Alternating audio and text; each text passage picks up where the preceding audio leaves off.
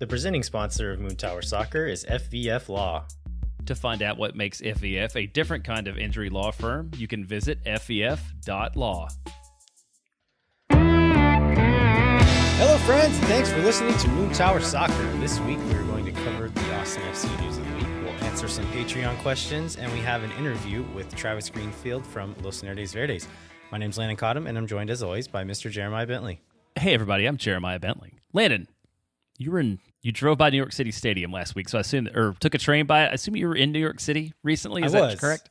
Yeah, Ashley has been traveling a lot for work, and so we decided to pick one of the destinations she was going to be at, and I would just go visit her there for a weekend. So I went to New York while she was there for work, and yeah, it was great. I hadn't been to New York in quite a while, but got to eat some excellent pizza, some good bagels, saw some comedy, went out to Flushing on the Chinese New Year's Eve and got to hang out in a Chinese neighborhood and get some great food out there doing that. And yeah, it's a lot of fun. I don't think I could live there. I think I'm too old and soft to live there at this point in my life, but I love visiting whenever I can.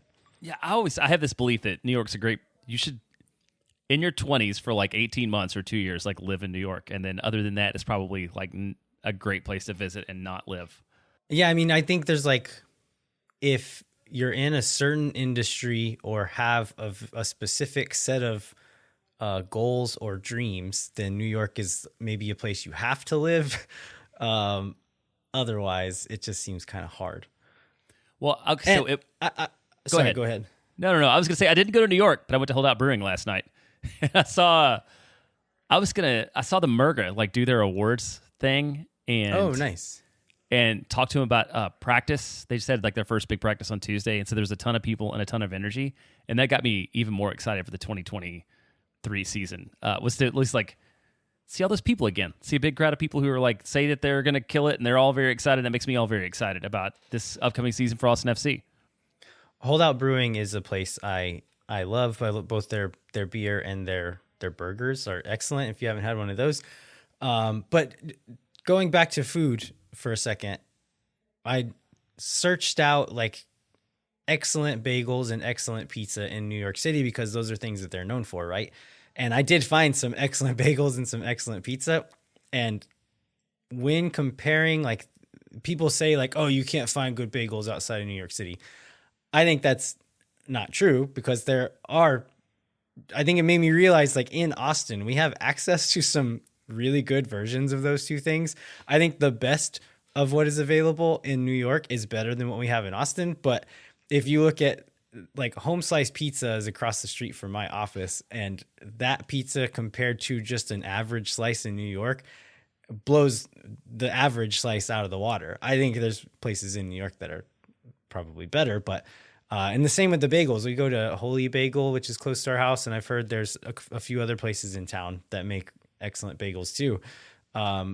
So it kind of made me appreciate some of the stuff we have here in Austin.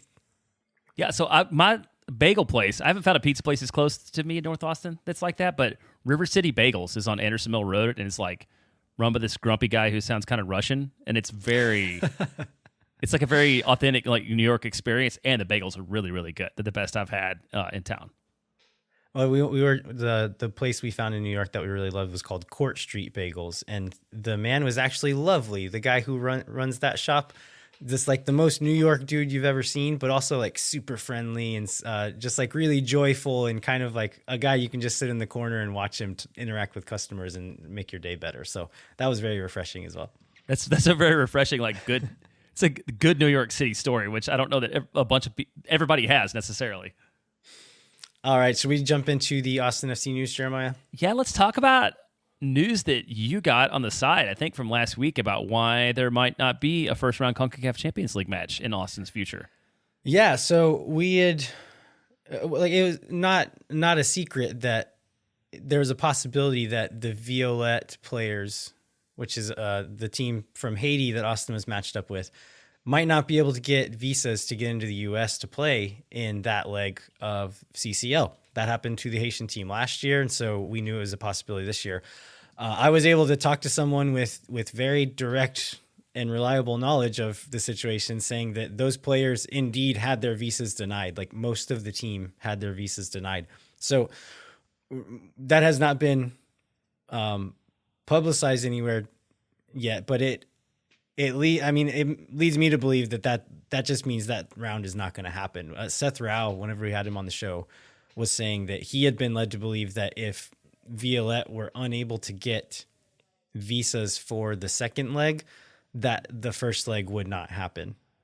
And so there's some people asking if they would maybe take a 3-point forfeit or like a 3-goal forfeit or whatever, and then still play that leg on the road in the Dominican Republic. But it sounds like from what Seth is saying and from what this person that I spoke to is saying, that this round is very unlikely to happen, and then Austin will essentially get a bye to the second round and play the winner of Club Leon from Mexico, and is it FC Tauro from Panama? From Panama. Yeah, I don't remember which club it was, but I know it's stuff from Panama. So I read online some criticism of U.S. immigration. We're about to get way beyond our level of knowledge on things, by the way. I'll just say this now. Like U.S. immigration policy in this decision. But one has to think the fact that Haiti has basically not a functioning government is the biggest factor why these guys wouldn't get visas. Yeah, I mean, this source told me that the reason given to the players was that they are flight risks if they enter the United States, which, but like, this is not a criticism of those players. It's like almost certainly true for the reasons that you just stated. Like, Haiti's not in a good way right now. They do not have an official government at the moment.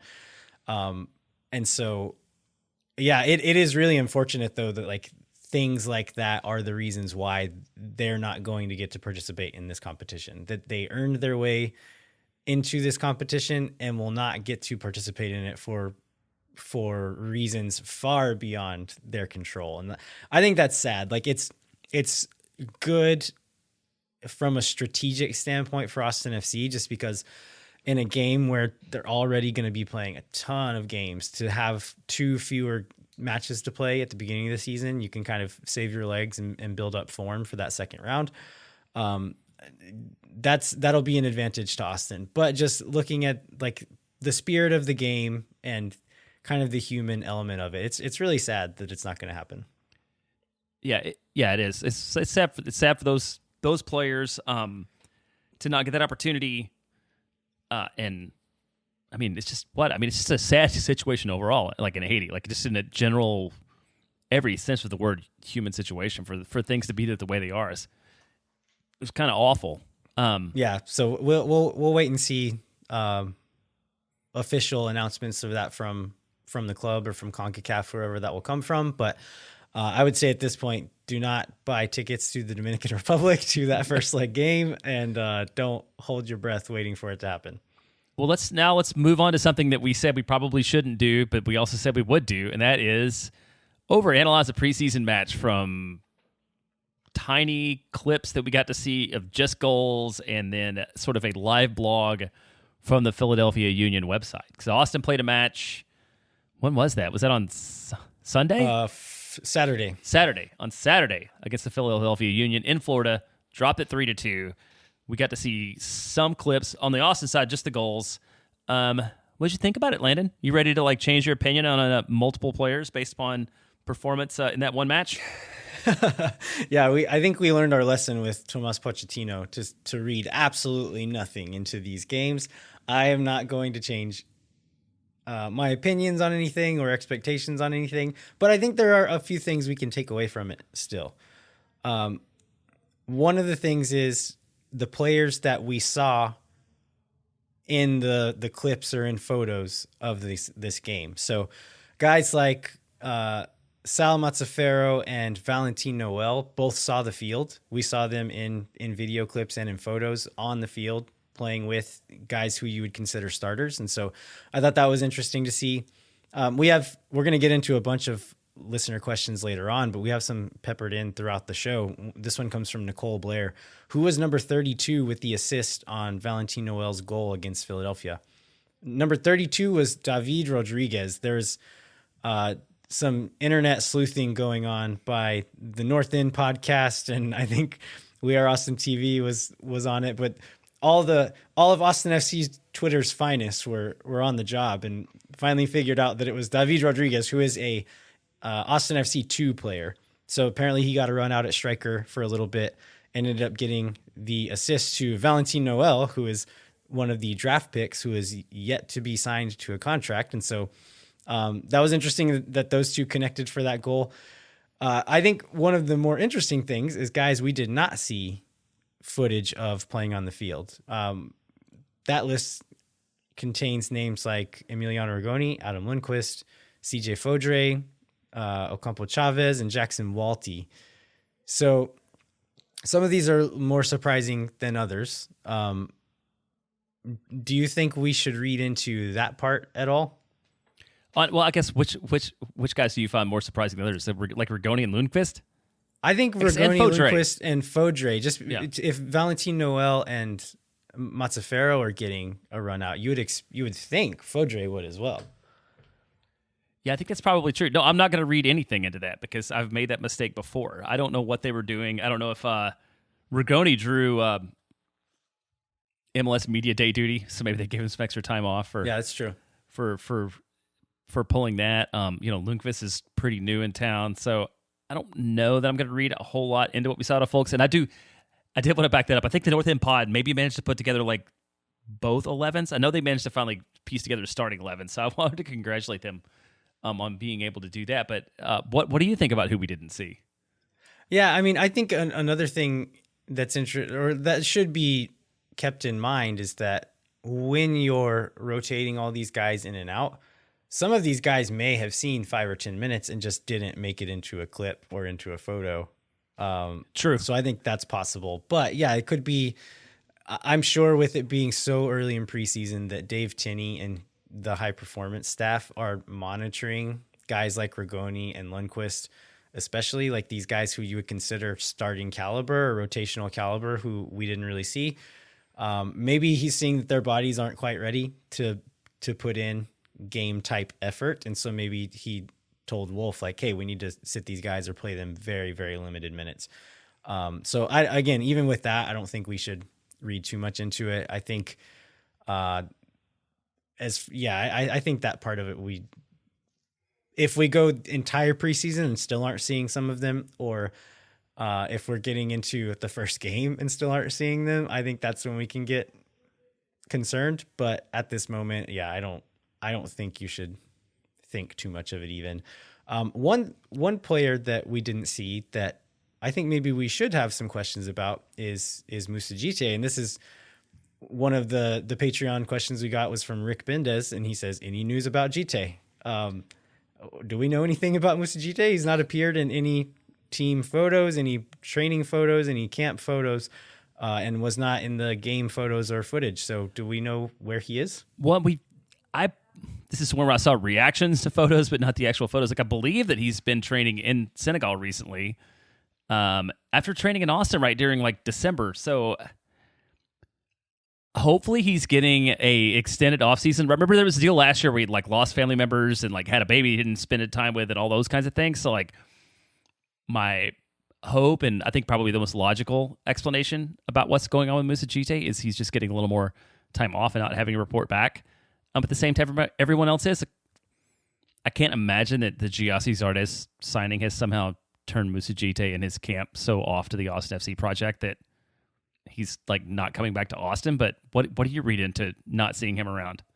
Yeah, I don't know. I think it could be a lot of things. Like you said, he had some family trouble last year. He does not have a green card, correct? I believe that's. I don't know. I'm gonna stay out of guessing immigration law at this point. Without looking it up and maybe being wrong, like if he's not one of the players that got green cards at the end of last season, which I believe I don't think he did, but so maybe he's working on something with that. Who knows? Maybe there's a transfer in the works. I think it could be equal parts any of those things, and we have no clues to say what they are. But hopefully we get some more information on that soon, just because the season gets closer and closer every day. Yeah, and we were just talking last week about how striker is one of Austin's deepest positions. I think if it is just Giassi Zardes and Maxi Arruti at the 9 with no third striker, I would change my opinion on that. So a couple of other things that I think we can take away from this game and just what we've seen from camp so far in general. One specifically from the game is Valentin Noel. We talked about a couple of weeks ago how he doesn't really seem to be a number 9, even though that's where he played 95% of his minutes in college, was at the 9. Based on the photos that we saw, he was on the field at the same time as Giassi Zardes, which means he was not playing the 9 at that point in time. The graphic that the North End podcast and We Are Austin TV, I think Hive Mind put together, had him on the left wing. So Zardes at the 9, Driussi at the 10, and Valentin Noel at the left wing. I think that actually makes a lot of sense as far as his skill set. And I think a couple of weeks ago, this is going to sound like me trying to make myself sound smart, but I really did think this as soon as we stopped recording. We were talking about depth at the left wing and how there was just nobody there. And I thought about, we should have mentioned Noel as kind of like a dark horse to slot in that spot. Like if he has a really strong camp, maybe he ends up getting a first team spot and getting a chance to play there, because he's not the same player as Diego, but I think his skill set would fit in at that position fairly well. So that'll be another thing to watch to see if he continues getting minutes in that position or in a similar position to that. I think the other one is Micah Burton. This is not so much from the game because I don't believe he played in this game, but from footage in training and just training footage since he came back from national team camp. He has been appearing in these training sessions with guys on the first team. And so I think that means at the very least, he's in consideration for a spot in the MLS Next Pro team, potentially even a homegrown contract and getting a spot on the first team. With the way roster spots are looking right now, I would say the latter seems less likely. But the fact that he's there means they're at least going to, if not sign him to a Next Pro contract, that he'll at least get some minutes with them playing up from the academy this year. Yeah, I think you're right. I mean, I guess there's no benefit for Austin to sign him into a homegrown contract unless they're absolutely sure he's going to play with the first team, right? Like, because you lose some flexibility when you do that. You lose flexibility in terms of roster positioning, and you lose flexibility in terms of what you could just do with Micah. So I would imagine, unless they really think that he's going to play some minutes this year, you won't see him do that. But he's a super exciting prospect, and I think for anybody that's going to watch Austin FC 2 on the Apple TV deal, like that, he's definitely a player to watch out. And this is another thing, just not having had the second team and not really following these kinds of things as closely because we haven't had the players or the team to follow. If I'm Micah Burton and they're not giving me the homegrown contract, but they're saying like, hey, we'll give you this Next Pro contract for this season, and if you do well, we'll give you the homegrown contract next season and you'll be on the first team. If I'm him, I'm thinking maybe I just don't take that contract. I'll stay an amateur for the moment. Then if I decide I want to go off somewhere else, go to Europe, go wherever I want, I still have the flexibility to do that. And I think that's going to be a thing that we start seeing more and more players do, or maybe a high-level USL club offers him a big contract and he can go play professional minutes and make money while doing it. Like, he has that flexibility until he signs a contract. And so, and if he's still in the academy, he can still play Next Pro minutes without signing a contract and tying himself down to that. So, I would guess like guys of his caliber would be unlikely to sign a Next Pro contract. They're either going to want a homegrown, and if they don't think they're going to get that, I would expect them to go elsewhere and look for minutes and a contract somewhere else. Yeah, that makes a ton of sense. We are here, like you said, we are in a whole new world for Austin for how we deal with these kind of situations where we have players that are able to do that. Well, let's maybe talk about Austin's future in Florida. So Austin moves on to Orlando. There'll be a match on the 27th, which is going to be Friday, against FC Cincinnati. I expect we will see exactly as much out of this one as we saw out of the Philadelphia match. Maybe less, because I don't know that Cincinnati's committed to broadcasting anything out of it. But we'll see some more grainy highlight videos. We'll probably draw some insane conclusions out of it. And I think the bigger piece of news on Friday is supposedly Leo Vaisanen is coming to town. So hopefully getting him in a little earlier than people thought we might. Give him a little bit of chance to spend some off-season time with the club. What's your take on this move? Yeah, I mean, I'm excited to get him here, and it seems like he'll miss because the team plays their last game in Florida on Friday, right? Right. And so I was at first I was thinking like, why isn't he flying straight to Florida? But yeah, that makes sense that he's just going to wait for him here because they're probably coming back that day or the next day. But I think this opens up some interesting listener questions here as well. One of them being from Elliot Wynn. He says, it seems like we've been chasing Vaisanen for 2 seasons now, given his age relative to Gabrielsen. I wonder if the idea the entire time was that Gabrielsen would be a stopgap for 1 or 2 years while we couldn't get Vaisanen. And then once we signed him, that means Gabrielsen could go back to Europe. So I think if I'm understanding the question right, it means that Vaisanen was the number 1 target all the time. And that when we couldn't get him, we bring in Vaisanen for 1 or 2 years, all the while thinking we could maybe still get Vaisanen at some point. And once we bring in Vaisanen, then we could be done with Ruben. I guess the first question is, do you think that Vaisanen was the number 1 target? Well, I have no real knowledge of this, but I feel like from what we saw out of both of them last season, and that Vaisanen was the number 1 target. But the point that Elliot made here about not knowing exactly how good Ruben would be, like Ruben, I think one would have to say that Ruben exceeded expectations last season. And so if we go back and listen, like at this time last year, if Ruben wasn't in yet, I was probably saying that I would prefer Vaisanen over Gabrielsen, but I had no idea what we're going to get out of Ruben. And now I'm like, it's almost the opposite, right? You almost like let a sure thing go in terms of what you knew you're going to get out of Ruben in speculation for Vaisanen, but I think he probably was their first target, don't you think? It kind of seems that way. The order that the information came out and just kind of the domino effect that they had on each other both times. It seems like, Vaisanen was at least the 1A, if not just the 1 period. But as far as the other, like, I don't know if it was some master plan because you never know. That seems overly complicated. Out. Yeah, that was like somehow the plan. I think you're probably right. It's like, but I think it's a fortuitous thing that happened. That okay, one wasn't available, the other one became available. We took him.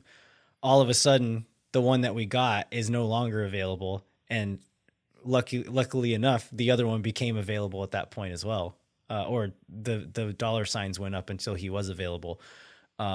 So I think we. As unfortunate it was to lose Ruben when we did, I think the whole thing worked out far better than it could have. Like it could have been a disaster where we have neither of them. Oh yeah, absolutely. Or we're in a situation where Austin's right now scrambling for option C, whoever option C might be, and you've got a grumpy Ruben who, for very good reasons, doesn't want to be here, and Austin's kind of like stuck in a bind between letting him go and having no option, or like trying to chase somebody down they're not that familiar with. Yeah. The other question about Vaisanen comes from Alex Maud. He says, with Vaisanen coming to Austin on Friday, does he have enough time to start over Kippy and or Romagna versus St. Louis? Looking at the calendar, I mean, if he arrives on the 27th, that would give him 1, 2, 3, 4. That's like 4 weeks before the first game. I think that's plenty of time for him to get up to fitness and to slot in with the team. If he's as good as we think he is, I would put money on him starting that first game as long as he's fit enough to do so. Yeah, I don't have any disagreement with that. I expect to see him in the starting 11 against St. Louis City on February 25th. All right, let's move on to the next piece of news, which is Owen Wolff got a call up to the U20 national team camp.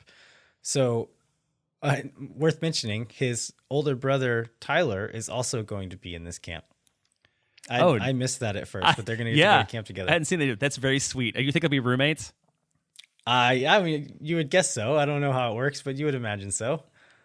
But anyway, I think this is great. Like, Owen's been getting national team call-ups. We've had several academy players getting these national team call-ups.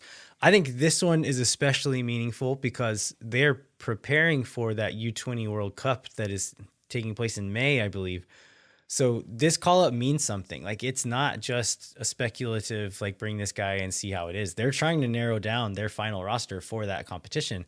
And the fact that Owen is in that list means that there's a decent chance, he's being given the opportunity to earn a spot in that roster at the very least, if not being expected to be in that roster. So as far as his career for the notoriety of Austin FC players, I think it's a good thing. It could end up being not a great thing for Austin, though, just because of when that falls. If he ends up being gone for several weeks playing in another competition, he's not going to be here for Austin. Do we think that's going to be an issue? Well, I mean, it could be because it's not I guess it's not the training camp necessarily, but right, if he makes a squad for the U20 World Cup, then that interferes with a very congested part of Austin FC's schedule, because that is when we know that CONCACAF Champions League, MLS regular season, and U.S. Open Cup are all going to be going on, and that's exactly when you need to have a guy like Owen Wolff available to eat some minutes. Yeah, I mean, especially we have more depth in the midfield, I think, this season, especially if everybody stays healthy. But we were talking about like him being a stopgap on the wing if we need it. And so if we do lose a couple of guys to injury, not having Owen Wolff could be a problem. But if everyone does stay healthy, like, I think we're okay without him for a little stretch. But it might be something that Josh Wolff needs to plan around as far as load management and things like that as Owen prepares to leave for that tournament if he gets called into it. Yeah, when his mom's like packing his matching outfits for him in his suitcase, making sure he has snacks and, sufficient cell phone coverage to be able to call home. That'll be great. We got another player signing today. I think this is right. We got a player signing. That's right. Oh, player signing and name change. Do you want to go through this one? Yeah, so this is Anthony Deanda was officially signed to Austin FC 2. This is a player that we have called on the podcast many times, Anthony Gonzalez. That is what he was listed on the Austin FC roster as. So I'm glad to get a confirmation on his preferred last name. But Anthony Deanda was a Austin FC Academy player, played one full season with the Austin FC Academy, and then has played a little bit of like the overage games. He's aged out of the academy, but is still allowed to play against MLS competition, and then has been training with the first team. And so this is a player that I kind of hoped would get into this Austin FC 2 team, and him being the fifth or sixth official signing, it seems like he's probably going to be a pretty big part of the plan. Yeah, so he's a fifth official signing. Let's talk about a little bit about him as a player, just for those that need some memory refreshing. Yeah, Anthony he's played a little bit on the left wing, but mostly a fullback. A very exciting and fun to watch fullback. So I think I was talking about Mazzaferro and guys like Charlie Asensio, who seem like solid players, but they're not that much fun to watch. Anthony is fun to watch. Like, he is really exciting whenever he's on the field. And so as far as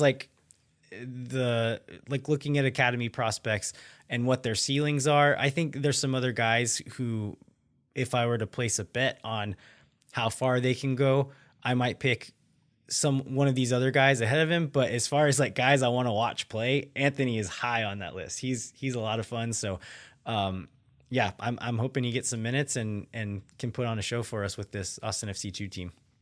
Well, you mentioned, so Austin FC 2 has 5 players right now, and him being the fifth, but we also got news that today in listener time, Austin FC 2 is going to have their first practice on January 24th at St. David's Performance Center. The first team is in Florida. So they're just gonna have 5 guys kicking the ball around in a circle. Like, what do we expect to see out of tomorrow? Yeah, and I would imagine they're gonna be training with. Well, and also like some of the Austin FC 2 guys are in Florida, right? Well, David Rodriguez is there. Anthony has been in pictures training. I guess he was in pictures signing his contract today, though. So I don't know. I'm very confused about what we're going to see tomorrow. We're not going to be there. There is an opportunity to, I think it's talk to Anthony and the coach. But yeah, I don't know what to expect out of that training at St. David's Performance Center. I am going to try to go if I can figure out work stuff. But yeah, I'll report back on Twitter if I end up getting to go. But looking at this roster, you mentioned we have 5 officially signed players. Like, should we be concerned? Should we have more players at this point? Well, I guess, 2 things. One, we know that the goal is to sign between 16 and 18 players, which means there are 11 and 13 players, between 11 and 13 players to sign over the next 6 weeks. I mean, you want them to get some amount of practice, right? You don't just want to sign them the day before the season starts. There's also going to be, maybe 8 guys, 7 or 8 guys rolling down, which is probably going to be, I would assume, the bulk of the starters for Austin FC 2. So I think the players that are unsigned are maybe mostly depth pieces. But I guess the other question is, like, do you think that there are, will we see players who just haven't been announced? Right? Like, yeah, there was a first group of announced guys, like Anthony, like obviously because he was in the academy, like he's a special piece of news, but like, do we think there's going to be other players out there that they just, for whatever reason, they're going to announce them in bulk, or, I don't know. I feel like not the whole story has been told. Yeah, I would guess that there are players that have been training and playing with this group that have not been announced yet, because they were playing games against like semi-pro and like amateur teams in the fall, I believe. And so they were putting together a full team. I don't know if they were bringing up a lot of academy players to make that happen, but regardless, it's not like they're going to get to the first game and not have enough players to put on the field. It might take some time to fill out the full roster, but if you look at we have 28 players that have contracts at the moment. If you add the 3 other draft picks that don't have contracts yet, and then you can have up to 11 amateur players on a game day roster. If you add all that together, it's not hard to fill out a game day roster, but you can only have 5 amateur players on the field, meaning like 5 academy players on the field at one time. And so they do need to fill in some of those spots, or give some of these academy players next pro contracts to be able to play, to be able to fill out a game. So there is some more work to do, but I don't know. I mean, it's probably going to be a lot of learning and slow rolling this first season, as Austin FC as an organization learns how to manage this team and learns what they want this team to be and how they want to make it happen. So, I don't know. I imagine there's going to be a lot of learning going on, and it's probably not going to be rocking and rolling on day one, but they'll get there and they'll have a team to put out. Well, we have another question from Curran Kelly that we can get into pretty quickly. Confused on the dynamic between first and second team. Do players have to be on a specific contract to be able to bounce between the 2 teams, like the equivalent of an NBA 2-way contract? I don't know that we know that, but like we've got a pretty strong idea of what it's going to be. In short, players can play down; they can't play up. There you go. And again, goes back to my rule about like rules in MLS generally exist to keep teams from spending money, or keep teams from spending more money than another owner. And so if you could send next pro players up anytime you wanted to, you could just sign some like studs onto your next pro team and then just play them up on the MLS team every week. The alternative is like giving guys who are not making game day rosters the ability to get some minutes and playing them down. There's no like cash prizes, or like you don't get into CCL for winning MLS Next Pro. And so Yeah, you can play amazing players on the next. We could play Driussi on the next pro team if we wanted to, but why? Why would But we? it serves no purpose. Yeah. And so, yeah, it goes back to that. Like, you can play players down to get minutes, but you can't play players up unless they are on an MLS contract. Yeah, that's a very simple, straightforward way to put it. But I mean, of course, with everything, there are exceptions. There's hardships and things like that, but you're not going to see that very often. Well, I think there's a couple other things I want to make sure we get to before we just go into grab bag of listener questions. And one is that we saw 2 Austin FC announcers get Apple TV deals this week. And I think one of them was very expected, and one of them was a little bit surprised by. Yeah, absolutely. So Adrian Healey is getting signed on. I don't think we've seen any details about exactly how he's going to be involved, just that he will be involved. Right. We've only seen that news from Adrian. I guess both these pieces of news are from the announcers. So one's from Adrian, the other one's from Sonny Guadarrama. And look, we haven't seen Apple and MLS have not announced another round of announcer signings. We just heard from them that they're going to be part of the cruise. Yeah. So did Sonny say, is he going to be on the Spanish language side? I think I read the Striker article from Phil, and I'm pretty sure that he is going to be on the Spanish language side, at least primarily. Maybe not exclusively, but that is. I think there's going to be some who do work on both, which Sonny's excellent at doing both of them. So yeah, that's great. I did not see it coming, but I'm very happy for him and glad. I think him and Roger did an excellent job on the Spanish language broadcast. And y'all already know how I feel about Adrian, but it looks like at the moment, at least, that Adrian is still going to be working for the club. Do we think that's going to continue on into the season? Well, we do from, I guess we'll give Elise credit for asking this question. This is another Patreon question. Do we get to keep him in his addition to this partnership? I mean, from reading his Twitter bio, he talks both about being associated with Apple and doing stuff for the club. So I think that we could see him do that. I'm really hopeful that we will get him on the show in the next maybe 3 weeks or so and directly ask him about that. Whenever there's more that he's able to say, but it seems like there's the opportunity there that we kind of mentioned, before, that maybe he can kind of do both. He can be one of the traveling announcers on weekends and also during the week do a little work for Austin FC.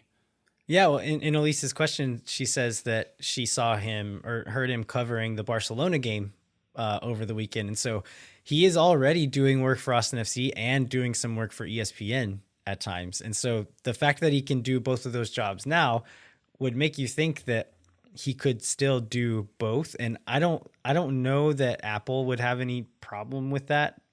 So yeah, hopefully we get to keep Adrian here, but we'll see as time goes on and more of those details come out. And the other thing is, because we committed to talking about it, even though we don't really understand it, when the announcement came out that the allocation order is no longer a part of Major League Soccer, and somebody asked us what that meant and what it was and how we would go forward with it, we said we would talk about it. So let's go ahead and cover that too. Okay, so yeah, the allocation order is dead. Can you briefly go into what the allocation order is? Okay. We can maybe tag team this. As far as it's a list of who gets dibs on a certain set of players. Do you think that's a good starting point? That is a good starting point. And there, of course, are a list of exceptions and a list of players. But yeah, basically, if you think about it, it's basically like holding a spot in a draft order or waiver order. So there's a list of players who are potentially available to the league. Generally, I think the allocation order is sort of in reverse order of finish until you use your spot and then you roll back down to the bottom. So that's a way, when a player is coming back in, there would be allocation. Well, there would be an allocation order, but then teams would trade funny money to get around it anyhow. So it didn't seem particularly useful. I mean, you got the money out of it though. That's true. If you had the number one spot and another team wanted it, and I think Austin FC benefited from that a couple of times, trading around in that order. But it's essentially highly desirable players for one reason or another. U.S. national team players, youth national team players, former MLS players who left for a lot of money and are coming back. It's guys like that who are going to be highly desirable. Again, all the rules in MLS are based on keeping people from spending more than somebody else. And so if LAFC wanted to go out and sign the entire U.S. men's national team, this rule would keep them from doing that. This rule is dead now, so they are allowing St. Louis to keep the last allocation order spot that will ever exist because they had I think they traded for it and wanted to MLS didn't want to just like take away a valuable asset from them. And so they let them put one player on their list for the rest of time to use the last allocation order spot on. And they chose Josh Sargent, which is, he's a St. Louis kid. It would be a really big deal if he one day came back and played for them. And so that's who they chose. But from then on, like if a national team player is coming back to MLS, if a big time MLS player that left and is coming back, then it seems like just any team will be able to negotiate with that player and sign them if they have the space for him, right? Well, almost, because while the allocation order went away, we still have the discovery right process. And this is so dumb. And I just want to thank people for listening. I want to thank people for asking questions. I want to thank people for listening and appreciate people being around. So anyhow, every team basically has the right to put up to 7 players on their discovery list at any point in time so that they can basically call dibs on any player in the world with some restrictions. So while allocation order is gone, people can still have discovery lists. And I think the most tangible example of that is, wasn't Moussa Djitte on LA Galaxy's discovery list I guess not last year, but 2021. I feel like Austin he was on somebody. He was on somebody. I can't remember what team maybe it wasn't Galaxy, but Austin had to trade like $50,000 in GAM in order to get Moussa Djitte's discovery rights. So that's still out there. So that's basically the mechanism by which allocation order's gone. It's the thing that keeps people from being able to just acquire anybody they want at any point in time without having to make some kind of financial transaction within the league. But I think overall this is a positive step. It's one more stupid rule that will stop existing. Right. I think that's the punch. That's the bottom line of this whole story. There's one fewer stupid rule, and we can all move forward knowing that the league is a little less complicated. And I think Sam Seychelles and Paul Tenorio are committed to not renaming their podcast, which is probably the most important news out of this. And if you still don't understand it, you can just rest easy knowing that you don't ever have to now. Right. All right, Jeremiah, should we take a break? Yeah, let's take a break, and then we'll get into some more questions, and we'll get into the interview. All right, hang tight. We'll be right back with more Moon Tower Soccer. When no one is around.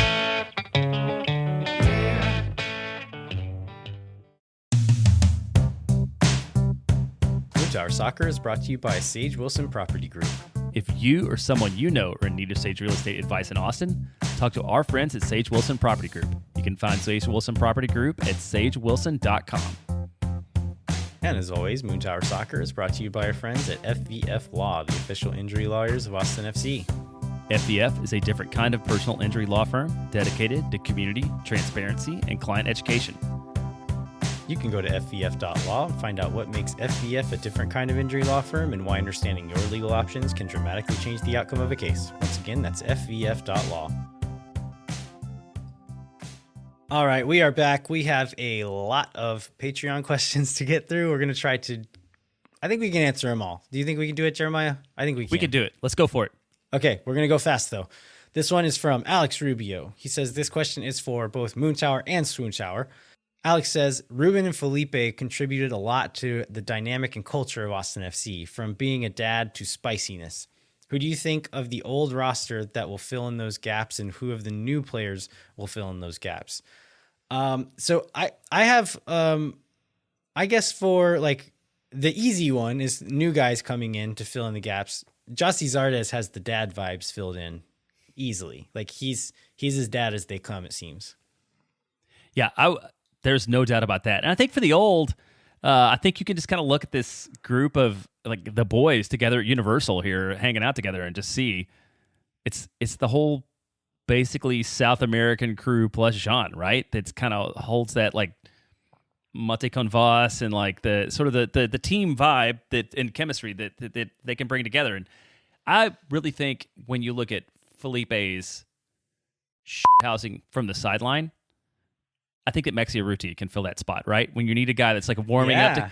when you need a guy that's like warming up to come in for the second half, that can kind of like play with the ball in the corner and stuff. Like I feel like that's a role that Maxi's going to play a lot, and I feel like that's a role that Maxi's very capable of doing. So I think that he's somebody you can see a lot of potential out of that, since he's not having to bear such a burden of like all those minutes on the field. Yeah, that's a good shout. That's not one I had thought much about, but yeah, he's going to have more time and energy to dedicate to that kind of stuff this season probably. So that's a good shout. As far as just kind of leadership stuff goes, I think there's a few guys who are just like getting a little bit older and getting to that age and experience level where they can contribute a bit more leadership. Someone that comes to mind when I think of that is John Gallagher, being such an important part of the team last year. And I think he's 27 now, something like that. He's becoming like one of the older guys on the team. And so I think he can be one of those guys that starts to become a leader. Also I've heard, you don't see this a lot in the games, but I've heard that in training that he can be quite feisty. And so maybe we start to see that come out a little bit more on the pitch. And I also think like someone like Diego, I don't know that Diego's ever going to be like the vocal leader, but very much a lead by example guy. Like nobody works as hard as that guy. And so maybe as he's kind of coming of that age as well, becoming one of the older guys on the team, that he can maybe lead in his own way. I don't think he's ever going to do it in the same way as some of these other guys, but he'll definitely sets an example for the way he works and the way that he gives his all on the field. Yeah, I think just having that guy around also helps, like, just let the other people have their roles, like, and bring that together on the team. Well, how about question for Brad? How do you know how much a player is worth? Seems like there's always an agreed upon market rate, but who is out there determining that Driussi is worth $15 million and not 12 or 18 million, for example? Yeah, so the short answer, the layman's answer is Transfermarkt. So this is a German website that does a really good job of compiling stats and player info, and pretty much everything you could want to know about a player is available on Transfermarkt to a certain degree. They use a lot of like models, financial models and things like that, but in the end they kind of have this community of people that come together and decide this, and they update it a few times a year. But it's things like things that are listed on their website are future prospects, age, performance at club and national team, level of status of the league that they're playing in, reputation and prestige. So they're looking at everything that could be factored into this, to a transfer fee. And so they factor in every part of it. So like people talk about Christian Pulisic probably got sold to Chelsea for more than maybe he would have because he's an American, and that's going to be a huge marketing draw for them. They'll factor things like that in. The truth is that like this is just an estimate, and that a player is worth whatever someone is willing to pay for them. And so a lot of times when people are spouting these numbers off, that is generally what we're pulling it from, is from Transfermarkt, which does a pretty good job of setting those numbers. But we've seen guys, Tati Castellanos, I think, was a guy that Transfermarkt had him at 15 million, and nobody's buying him for 15 million for whatever reason. And so I think Driussi was set at 15. And I think it's somewhat of a guess. It's a very educated guess, but it is still a guess. And yeah, like I said, they are worth what someone is willing to pay for them. And if nobody's willing to pay for them, then they are not worth that at the moment. Yeah, well, on the other side of that, like Chicago just signed Duran, right? Or just sold Duran for like $22 million to Aston Villa, which I don't think anybody thought that was like a reasonable price for them to sell him for, but it is whatever the market bears. Yeah. All right, next one is from Ryan Rapp. Will there be any changes or upgrades to Q2? Water stations, jellyfish prices still astronomical. We have not heard anything about any upgrades to this as far as like the amenities like that. Actually, there was one upgrade whenever I went to the River Plate Rayados game, which is in the ATX market. They have this really useful, but at the same time really creepy checkout system where you I think you scan your credit card and then you go into a gate and then you just pick up the stuff you want and then walk out. And there's like recognition software in the cameras that follow your movement, watch you pick up what you pick up. They track what you pick up and then charge you for it as you walk out the door. Nobody talks to you again. You don't scan anything. You just walk out the door and you get charged. And you get charged for it? Which I think will probably be convenient, but I don't know how I feel about it. Yeah, it's super. It's just part of like everybody watching you going forward. But yeah, we haven't heard beyond that. We haven't heard a lot about any changes. I would expect the jellyfish price will still be astronomical. I have no doubt about that. As far as expansion, this is a thing we haven't heard about in quite a while. I want to say the last time we heard Andy Loughnane talk about potentially expanding the stadium was well over a year ago at this point, right? Yes, probably so. Yeah, so I would guess that is still in their plans at some point, but no clue when they would do that. Okay, let's go to how many French speakers do we have on the team now? Because I believe that you went and figured that out. I did a little bit of math. So we lost 2, depending on how you're counting, but Felipe and Ruben both spoke at least some French. So as far as folks that we currently have under contract, we have 2 native speakers in Moussa Djitte and Sofiane Jeffal. And then Alex Ring speaks at least some French. I don't know that it's a lot, but he does speak some French. And then folks that we have in camp that do not have contracts yet are Valentine Noel, who is a native speaker, and then Jackson Walty, who lived in Switzerland for 10 years, also speaks French. And so last year we went from like 1 native speaker and it seemed like 3 guys who could kind of speak a little bit of French to having at least 2 up to like 5 or 6 by the end of everything. As far as just guys who are going to be in training every day. So definitely an upgrade there. I'm curious like how intentional that was, if they were looking to diversify the languages, just because if they do bring in another big prospect like Djitte, like it would have been really helpful to have more people who could speak the same language as him to get him adapted. So yeah, hopefully they won't be in that position again. We might end up in that position with a different language at some point, because I think we lost our only native Portuguese speaker with Felipe leaving. So if we sign any Brazilians, maybe we're in the same boat again. Yeah, maybe so. Well, that was a Nicole Blair question. We have a series of Roddy Redis questions. So one is from Nicole. I love a comeback story. How likely will Redis and Romagna have impressive seasons with the team this year? Okay, I'm going to go with very unlikely. Do you want to expand upon that? No, I think the best we can hope for is semi-reliable contributors. Like that would be a step up for both of them, like a pretty big step up. And so for them to have an impressive season, yeah, I'd say it's extremely unlikely. But I think it's still possible for one or both of them to have a decent year, to improve and be better than they were the last couple of years. Then Roy Shamir asks, is this the last year on Redis' contract? I believe he signed a 3-year deal when we signed him. Do we know that? I don't know that we know that. I was trying to find it earlier today, and there may have been some like whispers through like agent reports or anything, but I did not see it officially reported anywhere how long his contract actually was. So it would not surprise me if it were like 3 years plus an option year. That seems to be the way that Austin operates, but it would also not surprise me for it to be 4 years with an option year, given his age. So whenever you sign a young guy, if he hits, you want to keep him as long as you can on that same number. So, yeah, we don't know, but we would guess. I would say it's possible that this is the last year. Yeah. And then we have Elise. What's more? Well, she has 3 options here. What's more likely, fun, or what are you hoping for?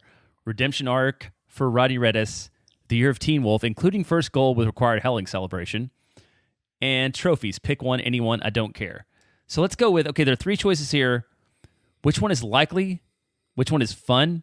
And which one are you hoping for? Can you divide those into those 3 buckets?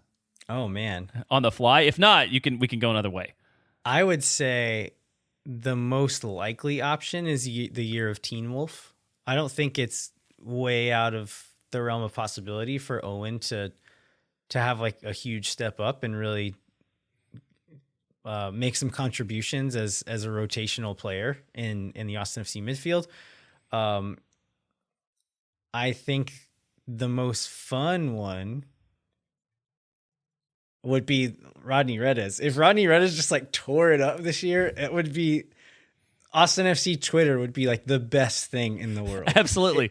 He's so full of joy and then nobody remembering that they ever said anything bad about him and all those things. I would agree with that. Think about the memes. For sure. That would be the most fun. And then the thing that I'm most hoping for is trophies. I don't know No if doubt. trophies is the most likely one.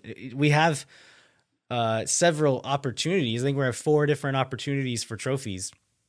But winning trophies is hard. It's not an easy thing to do. You can get really close, and if you get second place, you don't get a trophy. And so that's the one I'm most hoping for, but I don't know that it's the most likely one. Not because I don't think this team is good. It's just it's a hard thing to do. Yeah, I don't have any disagreement with those. So how about if you could ATX Bergkamp Lover 6969 420 asks a question, always a good question. If you could choose between a striker that scored 1 goal every game and a striker that scored 2 goals every other game with the same season total, which would you choose and why? This seems super obvious to me. Is it? What's your answer? I don't know. Well, the one every game. You start every game with a 1-goal lead. Yeah, that's what I would pick. So we're about to talk to Travis Greenfield from Los Nerdes Verdes, and I wish we would have asked him this question because I'm sure there's some like statistical model you could run that which of those options gives you the better record at the end of the season. I think you're right. I think if you're saying like, okay, we're going to get spotted 1 goal every game. Yeah, we'll take that one because you could still you could lose a lot of games in those in between ones, right? But yeah. if you have the 1 goal, that's a great start. Hey, you got a lot of draws, that you would get out of. Trevor Allison has a fun question. What would you name? And I feel like this is one I had a lot of answers for earlier, and I don't have now. If you could name the MLS Next Pro team anything you wanted, what would you name them? I think the term is joyless nerd, and so I think I probably would have named them Austin FC 2. Well, I think this assumes we're going to pick a fun name. ATXFC 2 Fast 2 Furious is my answer to this one. I think Phil, is it Verdos that Phil Verdos West is a good one. Yes, started? that's a good one too. You could go with, I don't know, the Saplings or you could say Roots, but that's already a soccer team. So yeah, I'll back yours.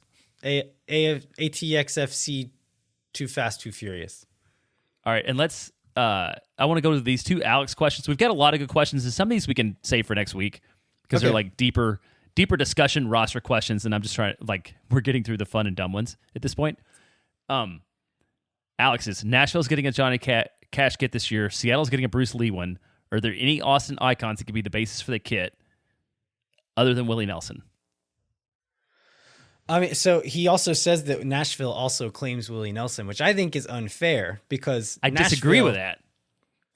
Right? Like Willie Nelson is outlaw country because Nashville did not claim him. Right. They spat him out, and he came back to Austin and became why he's famous. He did a lot of good work in Nashville, but it was in spite of Nashville almost.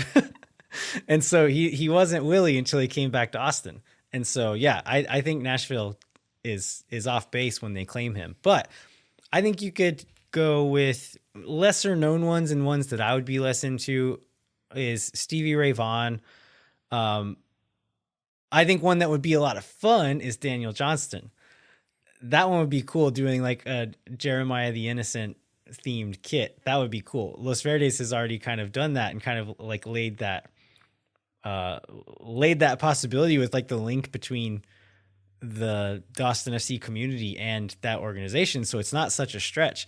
It's not as well known as Willie Nelson, but as far as like what the family is doing with that name and with his legacy at this point, I think does fit in with the team's values and would make for some very interesting art on that kit for sure.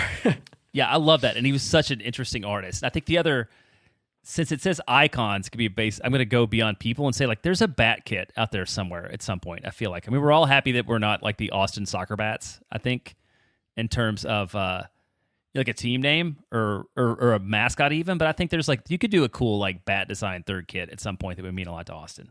Oh, yeah. And then this is Alex's other question. Where were you on the night of August 24th, 2009? Oh, my God. August 24th, 2009. I was... Do we know what day of the week that was, Jeremiah? I do not know. I was probably like working at the at an Italian restaurant, driving delivery. Nice. I was going to say, I remember that Jackson Bentley was 3 months old, so I don't know where I was, but I was very, very tired because he was not he was not sleeping through the night. Like there was all of 2009 is a blur for me because that. You smelled like vomit, and I smelled like garlic. Probably, yeah, absolutely. We don't know where we were, but we know what we smelled like. And then we have one more question. This is from Keith Simon, and I'm only gonna like use this as to like set up something we're gonna talk about in the interview a little bit at the end. Talk about Alex Ring's importance to the team. I feel like he gets a lot of criticism for not scoring a lot, but doesn't get enough credit for what he does well, being disruptive in the middle class, chasing guys down, leadership, etc. Yeah, so this is actually something that Travis brings up in the interview, and so we'll leave it to Travis to kind of answer that. But we do get into this in the interview, and I think it's an excellent question, but I don't know that the answer is so simple. But hopefully our answer suffices in this interview with Travis. That being said, we'll transition to that interview right now.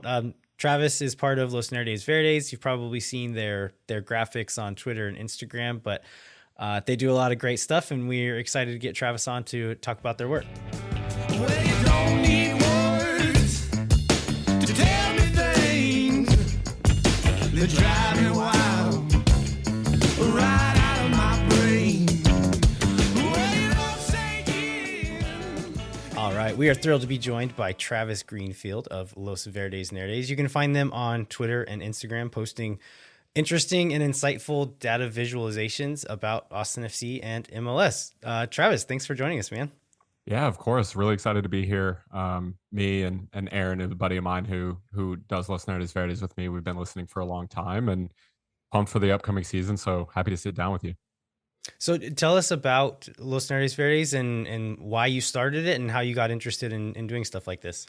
Yeah, like I said, it's me and a buddy of mine who couldn't make it today, but you'll catch him hawking t-shirts at Hop Squad or in the supporter section with me, mostly trying to keep me calm, which is a pretty common occurrence.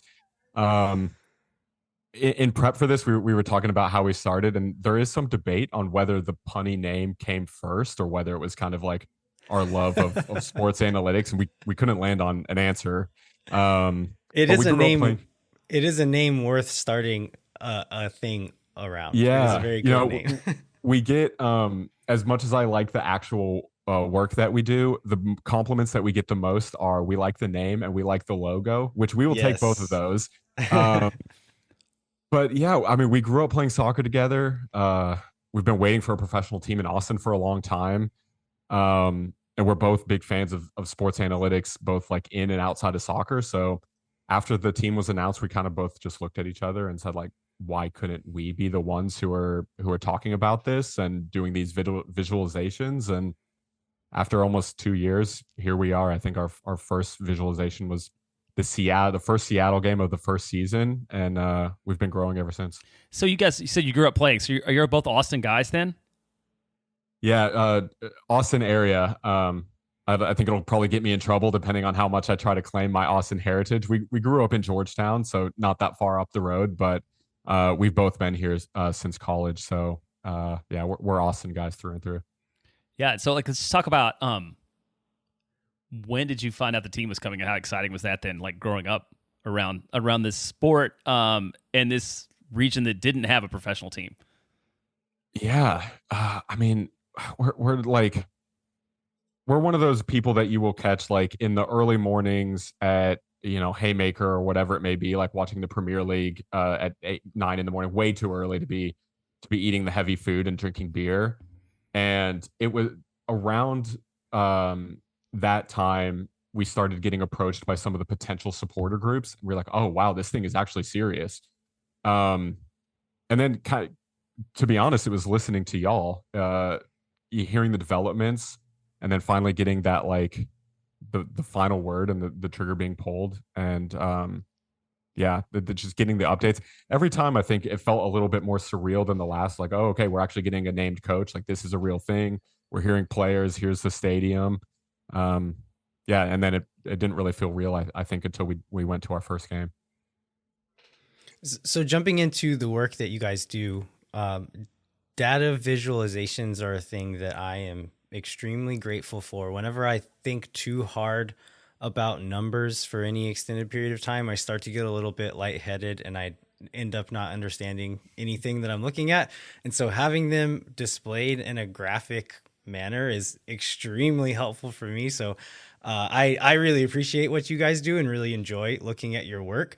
Looking back at either last season or this upcoming season, are there any stats or visualizations that you want to share with our listeners that can maybe give them a little bit of insight into what's going on with Austin FC? Yeah, I mean, I think the main thing, and this has been said a lot, and this became pretty apparent last season of just how historic of a season it was. But I think without looking at the numbers, it can kind of go under the radar of just how good of a season that was. And you think of like the increase in performance from season 1 to season 2. We haven't seen anything like it since like the original Chivas team, and that was a completely different MLS back then. I mean, the increase in like 0.74 points per game is off the charts. And looking into this upcoming season, we want to be able to tell the stories of like the individual players in addition to the team, and I think we found some really good ways to do that, and just be able to kind of like visualize how Austin FC continues to progress as a club. Are there any specific data points or stats that you found that you think were big contributors to that turnaround? Yeah, one of the favorite things that we did last season, we kind of landed on our niche and landed on something that we really love, which is kind of like a 2D representation of two stats. It sounds like very simple, but we found it does a really good job of telling the story and describing like individual players. So the favorite analysis that we did last year was when the salary dropped, and taking a look at how underpaid Brad Stuver was compared to how fantastic of a shot stopper he was. And we really hope that his team was able to kind of use that to, or at least use the stat itself to go into contract negotiations and say like, hey, I am contributing in a big way to this team's success, and I should be paid accordingly. And that stat, I think, and the graphic showed that he was way underpaid for the contribution he was making to the team. And it was nice to see the team kind of make good on that. Yeah, I think the first thing that I remember seeing from y'all that really struck me was this constant discussion of the horseshoe of sadness, right? And you guys had this like in the middle of the summer last year, I think, this chart around sort of passing and like how often Austin actually passes the ball backwards. Do you remember that? You remember that chart? Yeah. I mean, the amount of time that Austin FC spent in every phase of the field except the middle was insane. I mean, it completely stood out compared to the rest of the league. I think we were spending like 80% of our total time either in the attacking or defensive third, and that was all because we just couldn't connect anywhere. It was either the ball was going back and forth around the defenders, or it was just kind of being passed around in the attacking third without any action being taken, which led to, unfortunately, a lot of the scoreless games that we all had to suffer through as fans for a while. I'm having flashbacks of it now. Yeah, it was a tough time. So you shared with us a couple of visualizations that y'all have not released yet. Is that correct? Not yet. I think the plan is to release these as the podcast comes out. So it'll be a nice pairing. Awesome. Do you want to preview any of that or mention any things that you thought stood out to you when building these? Yeah, so I think kind of the main visualization that I think is going to be maybe a talking point around the league is kind of, we looked at strength of schedule, and of course everything in MLS changes so frequently. You can see based on some of the predictions made by the experts last season, which we did a visualization on. We took a page from your book. We are not in the prediction business, so perfect. Yeah, you should never be. Nobody should be. Absolutely not. We're not gonna put ourselves out on the limb like that. But we did want to see just kind of how difficult it is to predict these things in MLS, and it's hard. I mean, looking at Seattle last year, they were shoo-ins for the number 1 seed in the West for everybody, and for one thing or another, injuries, the amount of games they played, they fell off. But we decided to take a look at the predicted strength of schedule, I guess we'll call it, for the upcoming 2023 schedule. So a little bit of a different format this year in that not everybody will play everybody, and some teams will play teams 3 times. So we decided to plot what was the average points per game of the opponents coming up for the 2023 season. Houston, who I'm sure y'all have some listeners of, either they're like hate listening or listening to try to get some insight on their opponent, is going to have the toughest strength of schedule for the upcoming season. A lot of that has to do with the fact that they play Austin and FC Dallas 3 times, which of course, both great teams. And I think for the rest of the league, people will be disappointed to hear that LAFC has by a fairly significant margin the easiest schedule on the in the league. A lot of that has to do with the fact that they drew San Jose 3 times, which is ideal for them. And it has to do with a little bit with the fact that they don't have to play themselves. And so their own points per game is not factoring into that. But Austin, it looks like the flip side of that, Austin gets to play Houston 3 times, and therefore it's quite high. Exactly. And that ends up resulting in Austin having the 3rd easiest schedule in the league. So still a lot to do and a lot of unpredictability coming up, but that is something that I think we can be a little bit optimistic about. So a lot of bonus. Yeah, I was going to say bonus games all the way around is what I hear for Austin and LAFC. Yeah, that'll be perfect.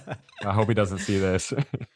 We talk about the amount of games that not just Austin, but every team, but especially Austin, because they're one of the CCL teams, are going to have to play this season. So like you said, never bet MLS. We don't know if these teams are actually going to be bad, but based on their 2022 points, that's hopefully something that can help this team out, is having a slightly easier schedule than some of the rest of the league. Yeah, absolutely. Plus, hopefully now with the potentially forfeited first round of CCL, it takes a game away. So some good early news as we're kind of like in this preseason slog before the season kicks off. All right. Is there any other? Oh, actually, this is one thing I wanted to ask you about. We talk about this on the show, sometimes out of curiosity and sometimes out of frustration, but expected goals. Yeah. Where do you stand on Austin overperforming their expected goals? Do you think it's true that like last season was a fluke and that they overperformed to a degree that is not sustainable for a second year? Do you think expected goals is bogus, or do you fall somewhere in between? Yeah, I'll give the least hot take answer, which is that it probably falls somewhere in between. You certainly will not catch us calling last season's Austin FC team a fraud. I think using the underperformance of XG to make like sweeping analysis of one team, even over the course of a season, is a bit of a mistake. This season will tell the tale. We could regress to the mean. Obviously, there are changes. I think Jalzi Zardes is going to be a huge benefit. He brings with him some skill set that Austin just didn't really have at the number 9 last year. So we'll see how much we kind of regress to the XG. But it's only as good as the stat itself, and there are just way too many factors to be able to make a generalization for a team based on XG.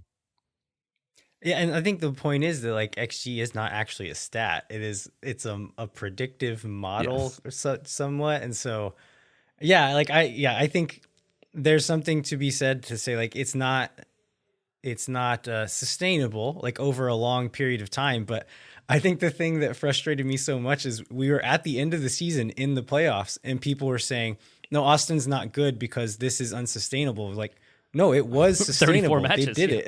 it. Absolutely. How long do you need to sustain it? Yeah, it's so true. At some point, you cannot use stats to tell a story that your eyes aren't seeing. It's just not how soccer is too complicated and complex. It isn't basketball where there's 200 points scored a game. It isn't baseball where there's 150 pitches thrown a game with stops and starts. There's too much nuance, especially for an individual stat like that. I do think it can help in a lot of way. Like we saw one of the biggest kind of individual player stats, I would say, is like how much Maxi Urruti overperformed his XG. And I think that bore out on the field as well. I mean, he scored some absolute bangers. I'm thinking about that like half volley from 35 yards out against San Jose.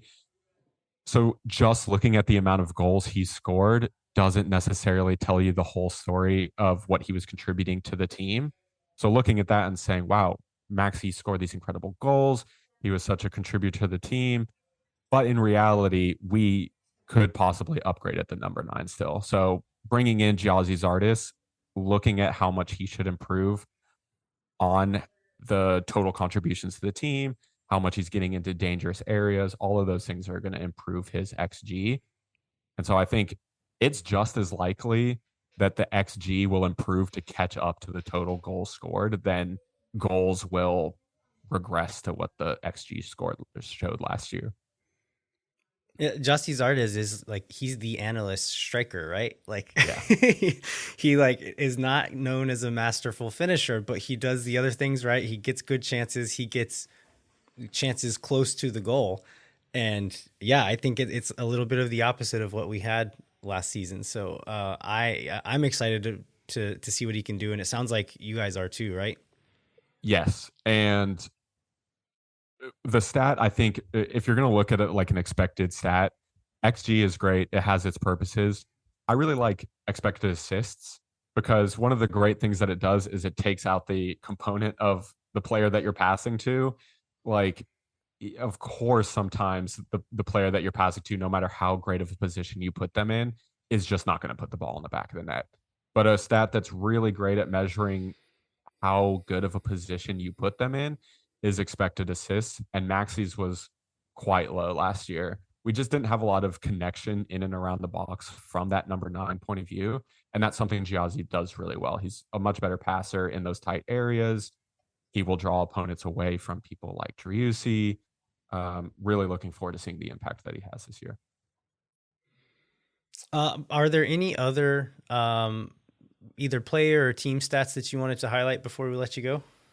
Yeah, I think so. I have a question for y'all actually on the expected goal stat. So I have this is not a dig at this player certainly, but I think it tells a story of like something that we're still looking out of this position.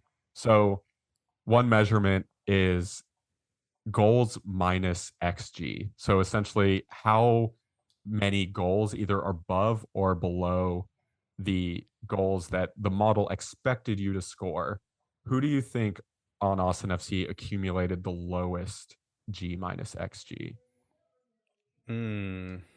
This is gonna be the worst. Basically, this is the worst finisher. Is that? I mean, it's the more or less what you're drawing it. And yeah, wait, absolutely. and this is total or Yes, per 90? cumulative. Okay, so it's someone who played a lot, who actually had decent chances or like a decent number of chances. I'm gonna say Alex Ring.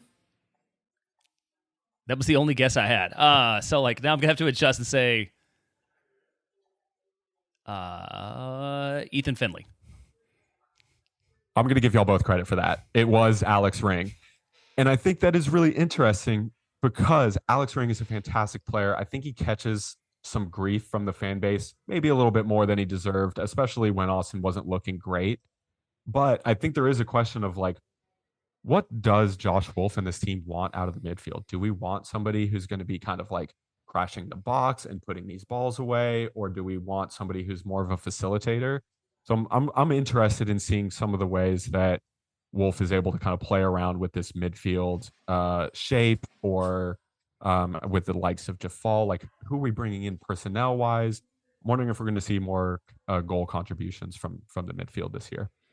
I think that's a good point, because Alex Ring does a lot of stuff that don't show up on like the scorecard necessarily. Absolutely. I think some of his stuff do show up in stats, but he has these less obvious strengths that I think a lot of people don't give him credit for.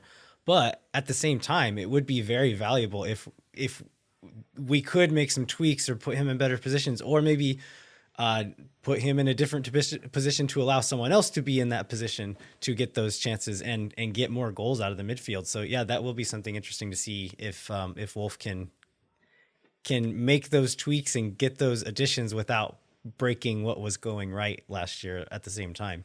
So true.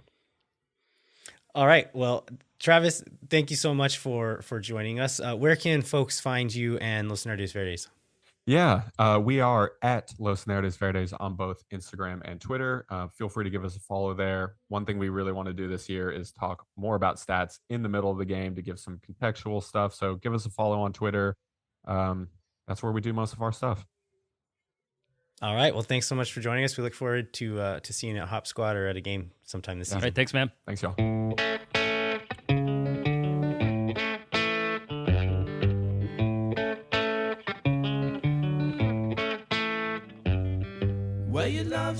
All right, we want to thank Travis and Los Nerdes Verdes one more time for coming on the show. We'd also like to remind you to rate, review, and subscribe wherever you get your podcasts. Come find us on Twitter at LVHero87, JBentley_ATX, and at Moontower Soccer on Twitter and Instagram. And sign up for the Patreon. Like we said, we're working on some cool stuff for the rewards this year. We'd also encourage you to visit the Striker website, where you can get a 30% discount with the code MoonTower22 with a capital M. Jeremiah, what should folks look out for? Phil West wrote a great article this week about the preseason match that we discussed. Great headline. 3 things we learned from Austin FC's myopically relayed closed-door scrimmage against Philadelphia Union. It's the kind of content you can only get at the Striker, Texas. At the Striker. All right, well, thanks so much for listening. We will be back next week with another episode of Moontower Soccer. Until then, I'm Landon Cottom. I'm Jeremiah Bentley. We'll catch you next time. When no one is around.